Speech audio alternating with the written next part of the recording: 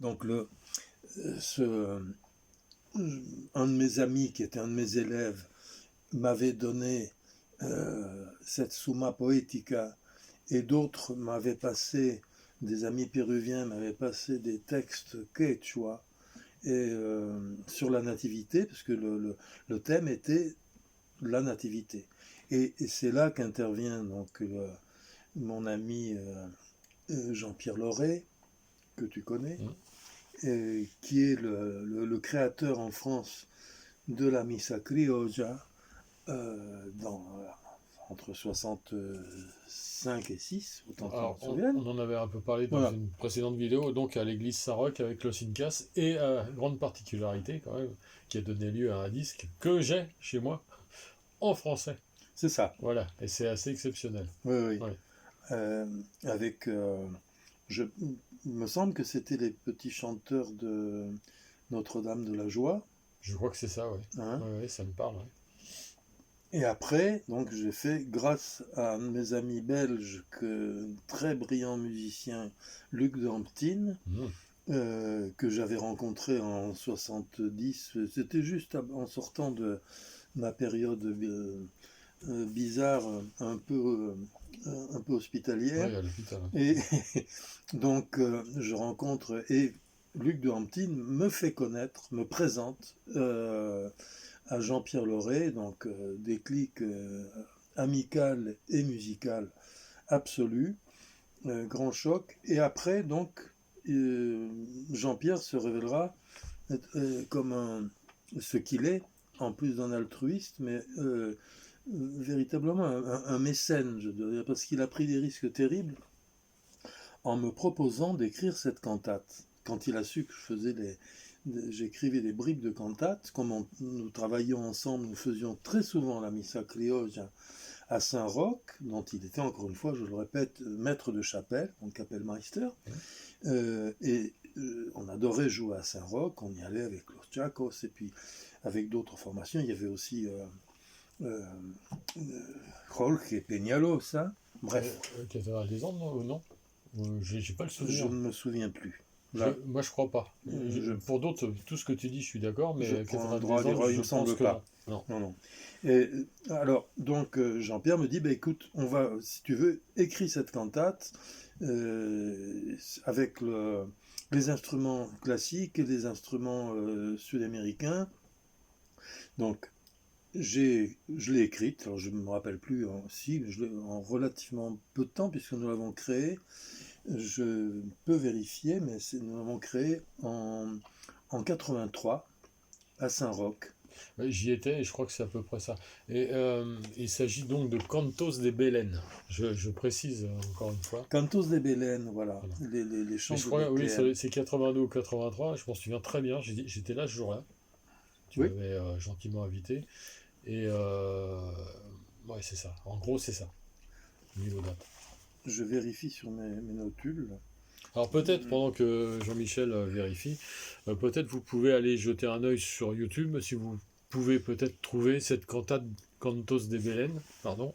Et le disque Voilà, et existe le disque aussi peut-être. Voilà, si ça aussi. Et peut intéresser certaines personnes, c'est très très beau. Ça, je vous conseille, il n'y a pas de souci. Mais peut-être si on écoute aussi sur YouTube, parce qu'il y a je ne tellement sais de choses pas. sur YouTube, il suffit de taper. En fait, c'est Oratorio de Noël, Cantos de Belen, Jean-Michel Kerr. Voilà. On dirait vraiment que je suis en train de faire ma pub. Non, non, mais c'est moi qui l'a fait. Mais Donc, c'est très gentil. bah oui, Mais parce que c'est je tellement, suis hypocrite. c'est très beau, c'est très beau. C'est gentil. Et alors, donc, je vois la création, donc c'était le mardi 11 janvier 1983 Voilà, bravo. à Saint-Roch. Et donc, alors, il est évident que Jean-Pierre a pris des risques terribles parce que on avait fait la Missa Criolla qui était l'œuvre Bah, en fait, qui suscitait de ouais, en l'enthousiasme. fait, moi j'allais dire la même chose d'une façon un peu plus commerciale, dire que c'est un peu la locomotive qui fait venir le public, et après tu peux placer une œuvre pas connue à l'époque, moins connue en tout cas, C'est ça. et que les gens qui sont déjà là, qui ont assisté à la Missa Criolla, superbe, sublime évidemment, une sorte de continuité, en fait, Oui. sur une autre œuvre, Ouais. en te faisant bénéficier de ça. D'où le Ah ben risque ça, de Jean-Pierre. Lorraine. ça n'a pas été le seul risque qu'il ait pris Mais c'est beau de prendre un risque avec comme ça, nous. Oui, mais c'est Pygmalion, c'est sponsor, Ah ben c'est complètement, mécène, c'est tout ce qu'on veut. complètement, complètement. Et donc la pièce a plu, et ce qui fait que ça c'était en 83, et en 97 nous l'avons enregistré sur Sur ce support. ce phonogramme. Ouais, Voilà. voilà. Mais alors, je précise aussi que après la Missa Criolla, ça s'emboîte. Ah ça Ah c'est bah, pas à moi de le ah dire. bah moi, Ouais, justement, j'étais public, donc je me ouais, permets. bah écoute, Hein. Non, mais c'est parfait, parce qu'en fait, comme la Missa Criolla, c'est assez court, bon, finalement, c'est 20 minutes et quelques. oui. Alors, c'est bien d'avoir autre chose Ouais. qui continue et qui est un peu dans le même état d'esprit, puisque on parle de Noël, c'est la C'est ça. chrétienté, c'est. Donc j'avais, voilà, c'était en l'honneur de ma fille Sarah. Et ensuite, j'ai écrit une autre pièce pour Olivia, ma deuxième fille. Mhm. Et c'est une petite comptine que je lui avais composée, que j'avais composée pour elle. Et la chanson d'Olivia Blibli. Et un jour, c'est devenu, parce que j'aimais bien justement, et puis avec aussi leur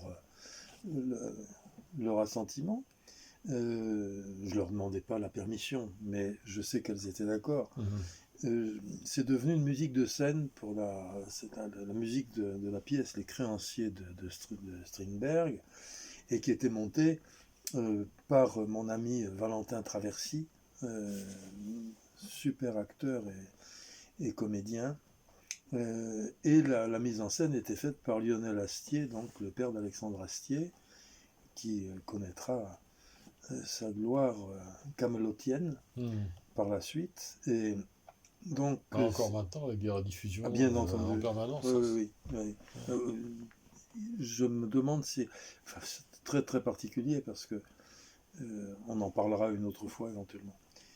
J'aurais peut-être pu ou dû y participer, mais je ne sais pas de quelle manière. J'aurais pu faire, je pense, un Non, porte-faux moi je te vois bien ou un paysan plutôt, besogneux. plutôt à l'époque baroque, justement. Ah ouais, non, mais tu vois, Ouais. une sorte de seigneur baroque comme ça, Ah oui. très. Alors, je ne sais pas Ah si ça si, ça aurait existait à été, l'époque ça aurait été sympa. de Camelot. Et la musique ensuite a été C'est vrai que remarquée c'est pas la par. même période. Je dis une bêtise. En fait. Non, mais de toute façon, Alexandre Astier, avec son génie, Il est capable de tout. il met des chansons Ouais. qui peuvent être aussi. Et il fait des citations, donc il y a beaucoup de choses qui Bah, il y a sont des digressions magnifiquement aussi. cryptées. Ouais, voilà, Voilà. c'est ça. Donc, cette musique, après avoir été la musique des créanciers de Strindberg, est devenue c'est pas, je crois pas en le hasard, mais une amie suisse m'a demandé si elle pouvait prendre cette musique pour en faire, ou pour que j'écrive l'hymne des des droits internationaux de l'enfant à l'ONU de Genève. Voilà. Et nous avons, en 89, créé cette pièce, Mhm. cette pièce musicale sur laquelle Ève Rivalière, la maman de mes filles, Mhm. puisqu'il y a 3 filles, et la troisième c'est Léonore, Mhm. et donc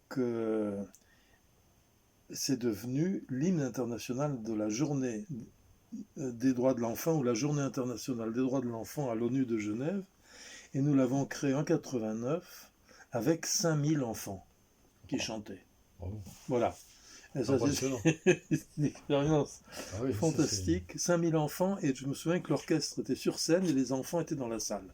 Et moi, nous étions assis devant, là où en général les potentats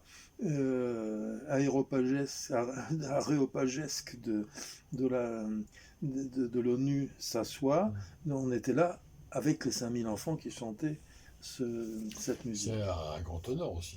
Et ça s'appelle donc Le sommet des fleurs, c'est le titre que Kev a donné à cette pièce et qui enjoint les grands de ce monde de prendre soin des enfants parce que la misère et la guerre sont de grands tourments.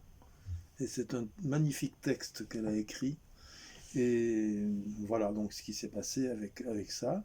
Et pour continuer avec la suite de Cantos de Belén, lorsqu'Éléonore est née, j'ai Donc eu la troisième envie, fille. la troisième fille, euh, elles ont chacune 3 prénoms, mais on en parlera une autre fois, et là il faudra que je leur demande la permission. Mhm.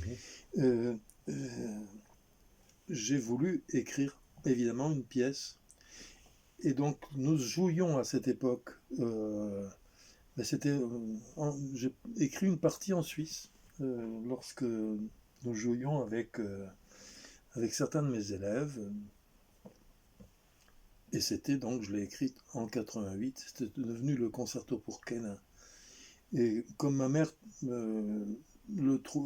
elle m'aimait bien, ma maman, donc elle avait Mhm. plein d'indulgence. Et elle me dit, ah c'est beau, ça me fait penser à du cuivre et de la lumière. Donc je l'ai appelé Cobre Ilus. Mhm. Voilà.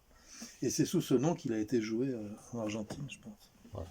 On revient dans quelques heures.